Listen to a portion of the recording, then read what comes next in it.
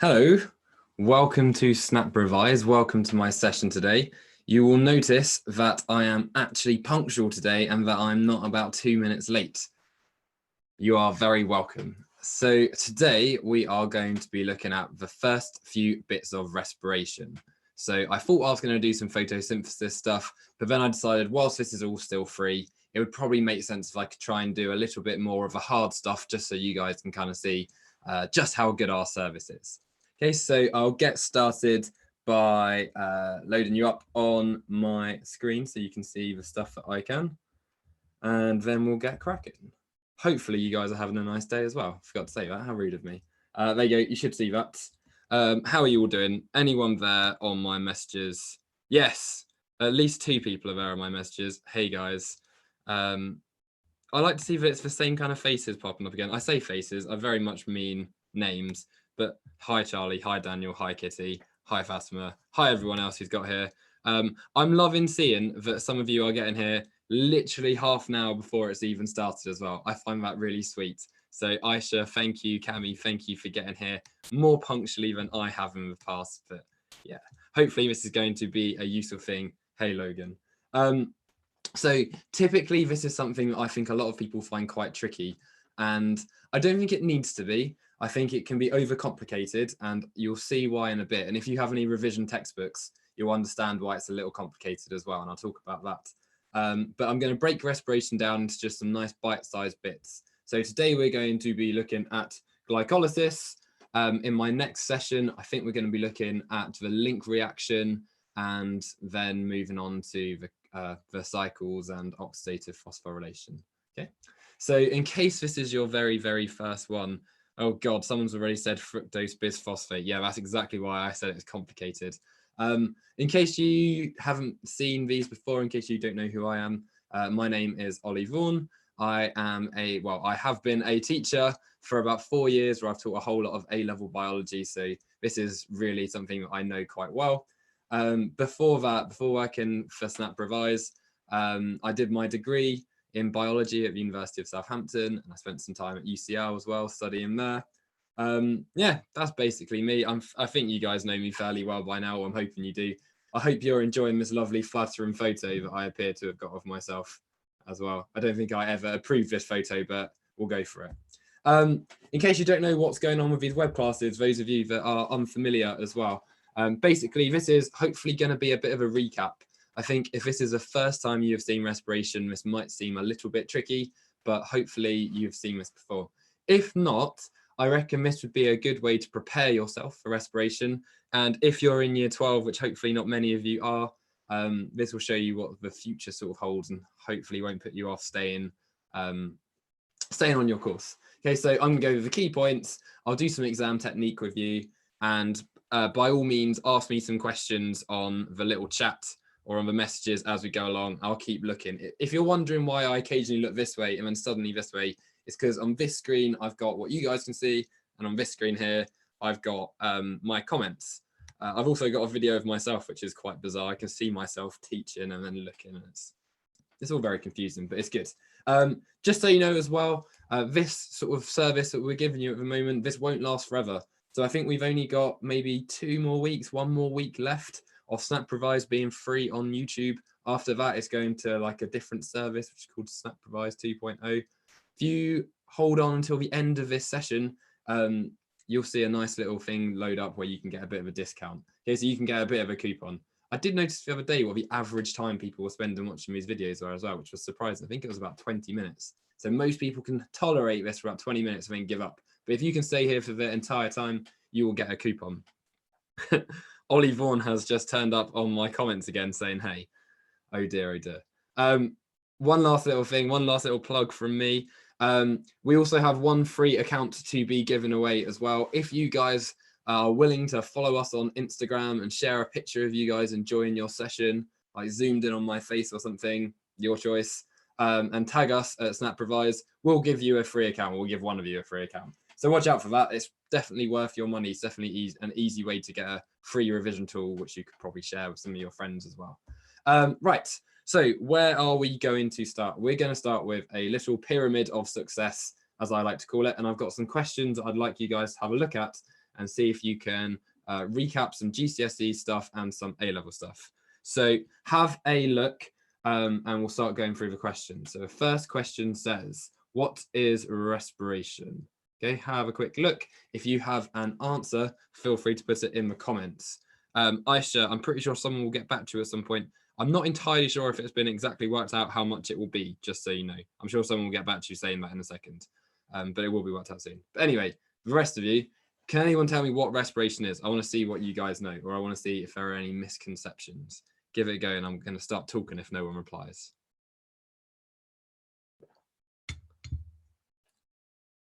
Oh dear, this is the first time. Yes, Fatima, every single time. I feel like you deserve something for this. Cool, the process of releasing energy from organic molecules to make ATP. Good. Daniel Chan, production of ATP. Good, I'd say that is what respiration is. I think you guys are actually doing this better than I thought you would. Something about ATP. Someone has just said ATP is made. Lovely, yeah. So respiration, in terms of this, I've left it really basic on purpose. Respiration is all about making ATP. Right, I was expecting you guys to say something like making energy or something. I was going to be that kind of annoying science teacher and be like, oh, you can't make or destroy energy, but you certainly can synthesize some ATP, and that's definitely what respiration is all about. Well done. What about the next one? So what is the symbol equation for respiration? Let's make this a little more obvious and say aerobic if I'm going to be specific. Oh God, I said that weirdly. Yeah, what is the symbol equation for respiration? Can anyone tell me? Let's have a look. I'm just going to start doodling whilst I wait. Let's do some nice little colouring in the circles like I used to do when I was back at school. Nice. Nice. Come on, guys. I'm surprised no one can tell me the symbol equation for respiration. Unless I've just gone and you guys can't see me anymore. That's only yes, summer. Lovely. So C6H12O6, which is glucose, plus 6O2, which is oxygen, produces carbon dioxide. There's 6 of them and 6 H2O. Lovely, guys. Really, really, really, really good. So yes, that's exactly what I was looking for. Make sure that you are doing these little arrows as opposed to equals. I know the arrow might not be that easy to do on your tablets, phones, computers, whatever you're using. But yeah, the arrow is important. But yes, 6 oxygens plus 1 glucose makes 6 carbon dioxides and 6 waters. Spot on. Does anyone know this one? So this one I've left also vague on purpose. So where does respiration occur? Where does respiration occur? Who can tell me where respiration is going on? Lovely. So Kemi, I'm going to leave you there for a bit until a few more people have replied. Lovely, lovely. Matrix, I'm intrigued by 1,000 subs, no videos. If you can tell me any more, that would be good. Mitochondria, Stella, lovely. Stella said what I wanted to hear. So I was looking for the mitochondria, which is what everyone says. That's what I've talked to year 7s in the past to say. So mitochondria, but also the cytoplasm. So the cytoplasm is a specific bit where we have the first stage happening, the bit that I'm going to look at today, which is glycolysis. 1,000 subs, no videos. Protons move from a matrix to the intermembrane space. Lovely, yes. So you know a little bit more about this already.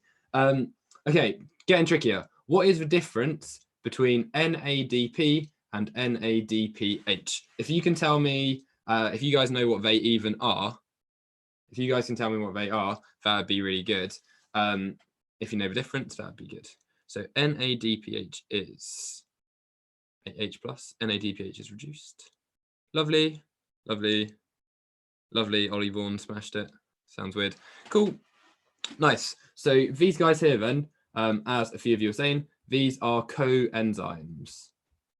Okay, coenzymes does not mean that they are enzymes. They do not catalyze the synthesis or the hydrolysis of things. It means that they sort of assist with enzyme activity. So in this case, as you were saying, these guys move hydrogen around. The difference is NADP is not reduced. So you could say it is oxidized. Whereas NADPH is just the reduced version of it. So like the little hydrogen sort of indicates, it's just got a little hydrogen attached to it, and that's pretty much it. So it's got a hydrogen attached to it, and there'll be a little electron coming around, coming along too. So it's like a whole hydrogen atom which has been combined. Lovely. Does NADP carry hydrogen? Yes, precisely, Decker. That is exactly what it does. Okay, moving on. moving on to a recap from my last session. Let's see how many of you are there. How does RUBP, and I still hope that all of you are RUBP, I hope all of you are BP even to make that joke work.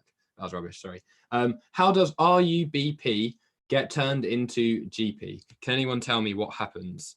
One person, two, three people have already told me. Oli Vaughan just came up with a shocking joke, so I'm going to just leave that hanging there like the stinking fart that it was. Lovely. So RUBP to turn into GP. So it's somewhere down here. If you remember your cycle, GP is somewhere here. TP is somewhere down here. I have a step where carbon dioxide comes along, which is called carbon fixation. So those of you that said carbon fixation, lovely. Carbon dioxide will move along. RUBP will form a new sort of, well, a reactant, or those two reactants will form a product, which is GP. But lots of you are saying Sterling, I've got something on my mind clearly. Sterling and Stella, you're spot on. There is something called Rubisco that is going to catalyze this. Okay, Rubisco at the disco. Rubisco is an enzyme which is going to come along and it will catalyze the carbon fixation of RUBP so that you can form GP. Okay, so in this question, I'd be looking for you to say Rubisco and carbon fixing. Okay, let's look. Lovely. I'm in year 12 from yesterday, and I came to ask a question from a live stream. Do hydrogen bonds form when slightly charged oxygen atoms bond with slightly charged hydrogen? I'll answer that at the end. Sorry, you're going to have to stick around, UK Drill Analyzer. Rubisco catalyzes it through carbon fixation. I thought that was photosynthesis. This is photosynthesis. This is just a recap for the person who asked that. Right. Finally, what is the structure of ATP and what is its function? So last little question for you guys to have a little think about. So what is the structure and function of ATP? Who remembers what is in ATP? So adenine or adenosine triphosphate. So I've got 3 phosphate groups. So there are little phosphate groups. There they are. There's 3 of them. I have got, what else? Adenine and ribose. Good. So I've got a ribose sugar attached to it. There you go. And I've got a little base there, which is what? Adenine. Don't know. Yeah. Adenine, ribose, these guys are phosphates. Terrible piece. In terms of a function, anyone telling me what the function is? Lovely. Highly unstable bonds between phosphate groups. So these little bonds here, really easily broken down. When you break one down, it essentially releases a little bit of chemical energy. Okay, so it can go down to just one phosphate as well. It doesn't happen very often, but you break down one of the phosphate groups and that releases some energy. That is the point of ATP. It's just a way of releasing a tiny bit of energy as opposed to a whole sugar glucose molecule's worth, which would be too much. If you've ever done the screaming jelly baby experiment at school, you can see how like reactive glucose can be if it's really oxidized properly. Okay, right. Anyway, moving on. What we're going to do today then is we are going to be looking at what aerobic respiration is as a sort of basic process. So the first little stage, I'm just going to break it down into nice straightforward bits where we look at respiration as a whole and sort of move on from there. The second bit, I'm going to look at the first stage of respiration, which is both aerobic and anaerobic. I guess this stage is anaerobic, but it happens in aerobic respiration, and how we form these things called pyruvate molecules.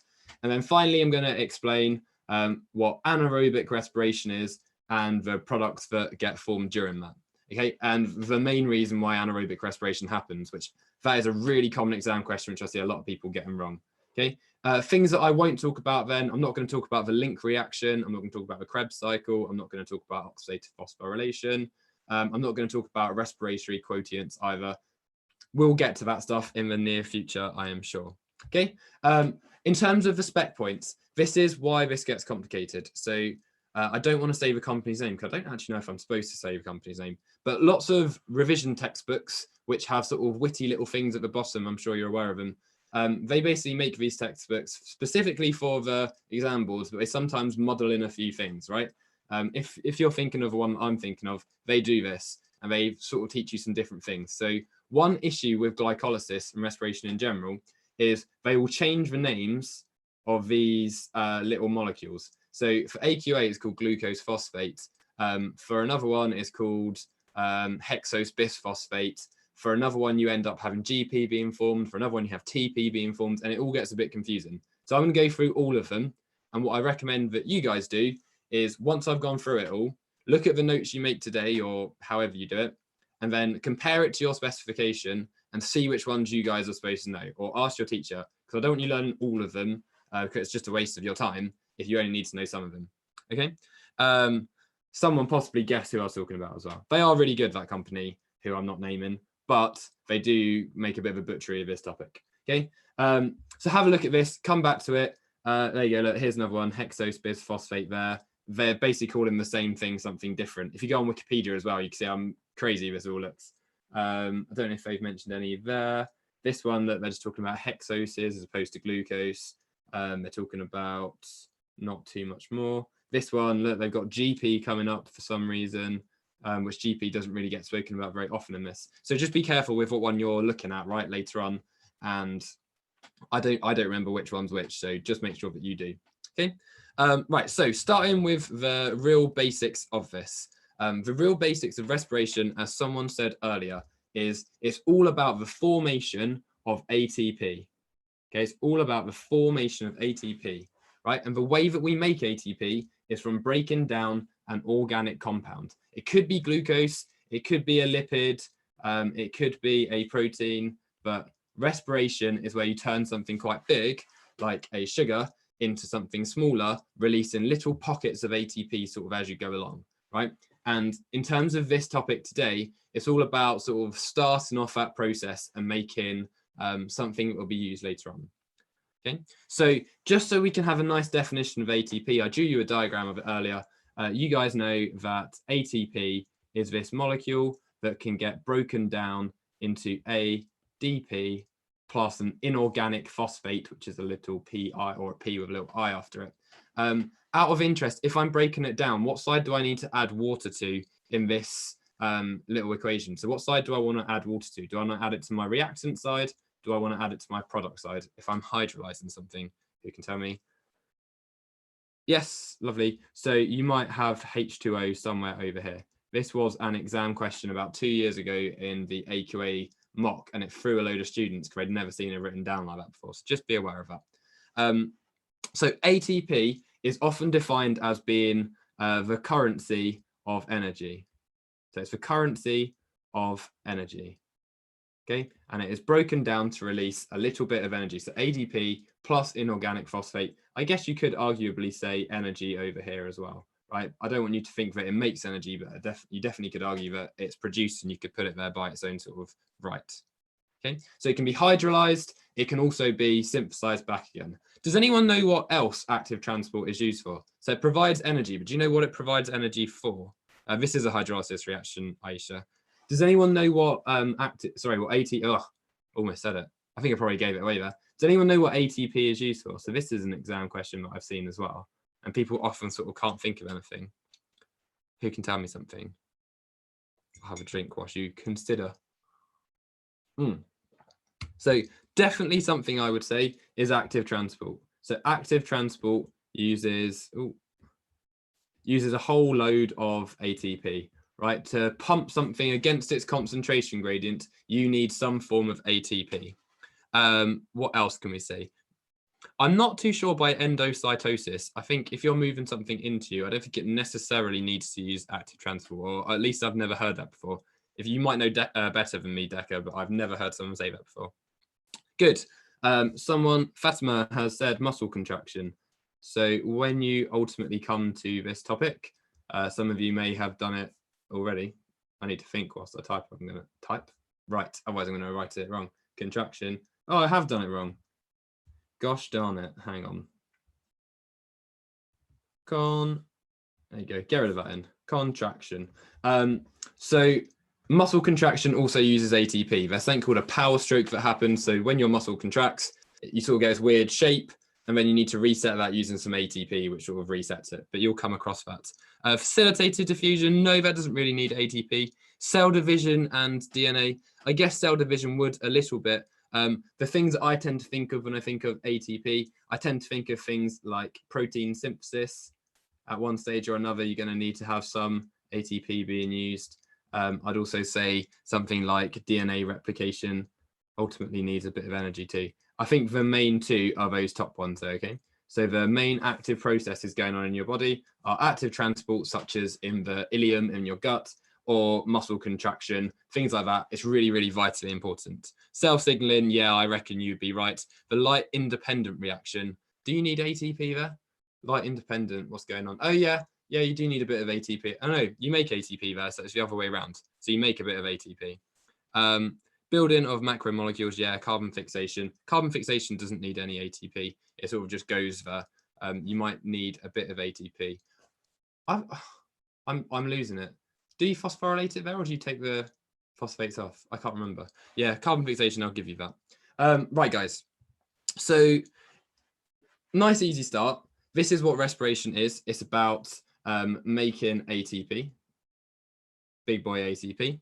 And it's sort of split into a few little stages. So we start off, oh goodness, someone's come up with a really horrific sounding thing, which is used in respiration. But we're going to start off with this little process here. So respiration is split either two ways. So you can either split it sort of along this route here. So if I put, I'll do a little kind of line there. You can either split it into anaerobic, which is up here, or you could split it into aerobic, which is down here. Or you can split it into a few other stages. So respiration can be split firstly into glycolysis, which is the first stage, which is by itself anaerobic. It doesn't need oxygen. Following your glycolysis, you have something called the link reaction, where you make something called acetyl coenzyme A. You then have a really little basic thing called the Krebs cycle, which is very, very similar to the Calvin cycle in photosynthesis. And then this is the main bit down here, right? This is the main thing that goes on, which is called oxidative phosphorylation. Okay, this is where you properly make all your ATP. So in these previous stages, you can make a little bit, but it's this last stage here, which is vitally important. It's also where you make your little bit of water, which is why when you breathe out water, which you might have noticed if it's cold. Who's saying interesting things? NADP, which is reduced during the light independent stage of photosynthesis, and it's used to reduce GP to TP in the light independent stage. Yes, wait. I think you're getting a bit confused. So person who's talking earlier about this really complicated sounding thing, don't worry about nicotinamide, adenine, dinucleotide phosphate, because I'm not entirely sure what that is. I think I think that's basically how people draw NADP, isn't it? That is an NADP. Yeah, that was dumb. NADP is a complicated thing that you are talking about right now. Anyone else saying anything? No? Right, I'm going to leave that, yes. Whoever's saying I'm going to explain things, I love the confidence there. NADP is a complicated thing that you guys are talking about, okay? So today we're going to be talking about this first stage. My next session, I think I'm either going to do this stage by itself, or I might do two stages in one. And then the third session, if we get to that, and I don't know if we still will be doing these YouTube videos by that point, I'll look at oxidative phosphorylation. I'm also going to talk about this stage here, this anaerobic bit today, because it's nice and straightforward. Okay. So carrying on with this sort of complicated, but trying to break it down into the easy sections, we're going to look a little bit at the symbol equation and also at what a mitochondria looks like. Okay. So can anyone tell me from what you remember doing in year 12, what the different parts of my mitochondria are called? I've ambiguously called it an inner membrane as opposed to the actual thing. So can anyone remember anything else that is in this? Anyone tell me? Lovely. So someone has told me, so these little sort of, I don't really know how to describe the shape of them. I've always thought it kind of looks a bit like a weird baguette thing, but I guess that's probably not very true. But these little guys here, this sort of inner membrane, this is called a cristae. Okay, or they are called cristae. So crista being singular, cristae being lots of them. So these little folds here, these are called your cristae. Okay, so all of these little guys along here, right? What's important about these is these little cristae are absolutely embedded with hundreds is definitely not the right word, with thousands, possibly millions of little enzymes. So there'll be lots of ATP synthase enzymes in here, which are going to be the guys that carry out the production of ATP. Okay, so they are my cristae. My cristae is the site of the last stage of oxidative phosphorylation. Okay, so that's where the really, really important bit happens. It's in this inner membrane space. So a space sort of between this membrane and this membrane. So like here, this is where your electron transport stage is going to happen. So it's in these membranes where electron transport is going to happen. Okay, so that's really, really important. Okay, your matrix, in case you haven't heard of it, your matrix, which is sort of the liquidy stuff, it's basically the stroma of the mitochondria, but don't get them confused. Just think M for matrix, M for mitochondria. Your matrix is where you also have some of these reactions happening. So the second reaction involved in this, which is called the link reaction, that happens in the matrix. Okay, you also have the Krebs cycle, which happens here too. Okay, so Krebs and the link reaction happen in the matrix.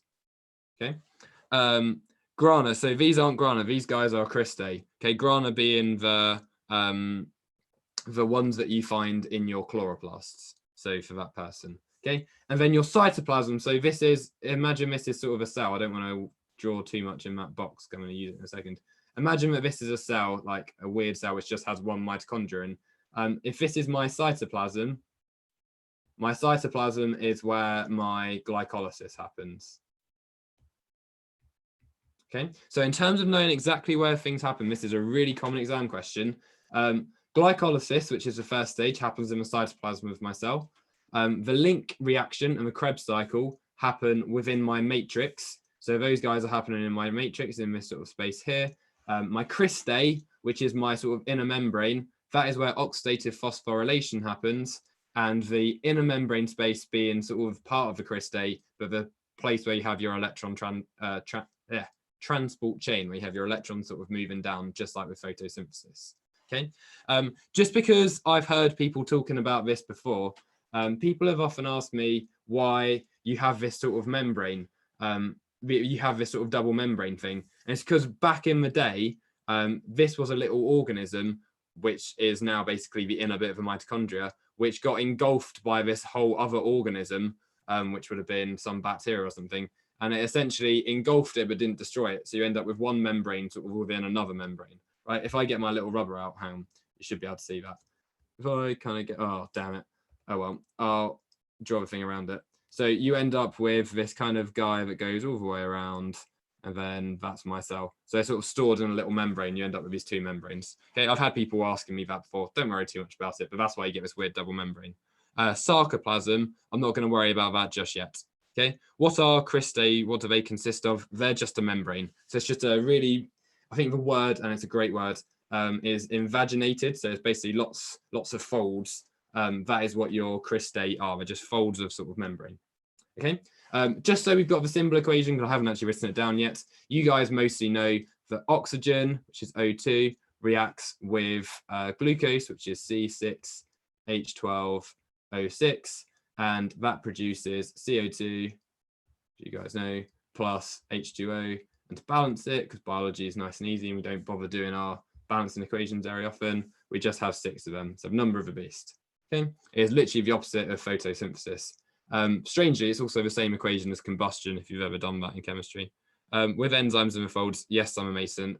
That membrane is embedded with loads of proteins. Okay, right. So far, let's see how you're doing. So we've gone over the sort of basic elements of respiration. So make an ATP, you've got this mitochondria, and it has these folds in it. It's got these cristae. How are you guys feeling? Send me either an emoji of this guy looking really, really happy. Send me a straight face of someone looking less happy. Send me someone looking sad, or send me some numbers or something. Okay, tell me how you're getting on so far. Where did I say the link and Krebs occurred? I said that they occurred in the matrix. Louise, oh, it's not Ion, is it? It's Lon. Louise Lon, if you can let me know what you're confused with, I'll try and answer it if you can. Minus 30 is closer to 1 than it is to 3. So I'm going to take minus 30 as being a good thing here. Nice. People holding hands. Louise, if you're new to it, I still need you to tell me what you're finding complicated. Otherwise, this is going to be really hard for me to establish what you're not sure on. Laura, you're a 2. Okay, that's fine. I think the basic bits are basically that little equation, knowing that ATP is made and knowing the different sections of where things are made. So those of you that don't worry about what the links and Krebs cycle is just yet, I'm not on there yet. Guys, if you want to have a go at these questions, you can see if you are understanding things so far. So this is a really typical question. So the first one is sort of a straightforward, can you recall some stuff? The second one is, can you recall something and then apply it to a situation? Okay, so the first question, during respiration, where exactly, and they really do mean exactly, in a cell does each of the following occur? Okay, so firstly, glycolysis, secondly, the electron transport chain, and let's have a look. I'll let you guys answer some questions. Louise, you're spot on. There is something that happens there, and it's where lots of electrons basically move from one protein to another. Cytoplasm, and then someone's put, Molly, what do you mean when you put cytoplasm and then mitochondria in brackets? I'm a little confused by that. What type of tea do I drink? Any tea I can get my hand on, that's the kind of tea that I drink. This is actually quite boringly water, but it had a cup of tea in it before. I love that we're British enough for all of you guys to just assume that this is a cup of tea. I guess it does have a Tetley man on it. I was also intrigued, just on an off sort of note, I'm intrigued how far away some of you are coming from to watch us as well. I've sort of assumed most of you are probably in the south of England, just because that's where I live, but I'd be intrigued to see if there are any Northerners or Scottish people or Welsh people or anything like that here. That'd be quite cool. I'll tell you for the first question as well. So yes, this first question, glycolysis does indeed happen in the cytoplasm. Someone's from Hull. Nice. I went to Hull once. I liked it there. I actually had a girlfriend who was there. She was nice. Someone's from Somalia. That's cool. Blackpool. Nice. I've also been to Blackpool. Someone from Yorkshire. That's really sweet as well. I like Yorkshire too. Reading. Reading's pretty cool. Somalia. Lovely. Guys, the second question. So I think you'd be surprised at what they told me to reject for this question. So for the second question, it literally says reject cristae. So the second question says reject cristae in big letters in front of me. So you've got to be a little bit more specific with where it's going on. So what could we say? Hull is not a nice place. Hull was a nice place. I liked that. I think I saw a Quentin Tarantino film whilst I was there and I enjoyed it and that was good. And I went to something called the Welly, I think, a club called the Welly, and that was nice. It's not the matrix, no. The electron transport chain does not happen in the matrix. It happens in a specific part of the cristae and they want you to say this. Lovely, Aisha, you are absolutely spot on. So you have to say for this question, electron transfer, because it's talking about the actual transfer as opposed to just one stage of it, happens in the inner, let's check it, inner membrane. So you want to say the inner membrane, and they underlined the word inner, which means you had to say it, the inner membrane of the cristae. Right, that's what they were looking for. So it didn't want you to say just cristae. They, for some reason, didn't allow it. They wanted you to say the inner membrane of the cristae, or you could say the inner membrane of the mitochondria, but they didn't allow just for cristae for God knows what reason. Let's have a look. Yeah, inner membrane space, they allow that too. So inner membrane, gone, space, I'll give you that as well. Okay, lovely. That's what they were going for. I know that's a bit pedantic, but the electron transfer chain, and I will go over this in one of my later sessions, if they want to know that it's in the inner membrane. Okay, let's have a look at this other one. Why not the matrix? Because it doesn't happen in the matrix, just put simply. So if your mitochondria looks something like this, okay, that's my quick mitochondria, then the electron transfer is literally happening on this inner membrane. Okay, the matrix is this bit here. It's the other two things that go on there, not this one. Guys, can you tell me why is it the case that the mitochondria in muscle cells have more cristae than the mitochondria in skin cells? So who can think of a good reason why we have more mitochondria in muscles than in cristae? Explaining the advantage of mitochondria in muscle cells having more cristae. Who can tell me? So where did I graduate from, that person? Southampton, University of Southampton for my first degree, and then UCL for my second. ATP is needed for muscle contraction. So person who said ATP is needed for muscle contraction isn't quite right, but you're very close, Charlie. One person has got a right answer here, and I'm not going to say who that is just yet. Fatima has said something which, if you have a look, Fatima said something which Charlie didn't say. Okay. Sterling has kind of said it as well. So you need to be using a certain word. Decker just said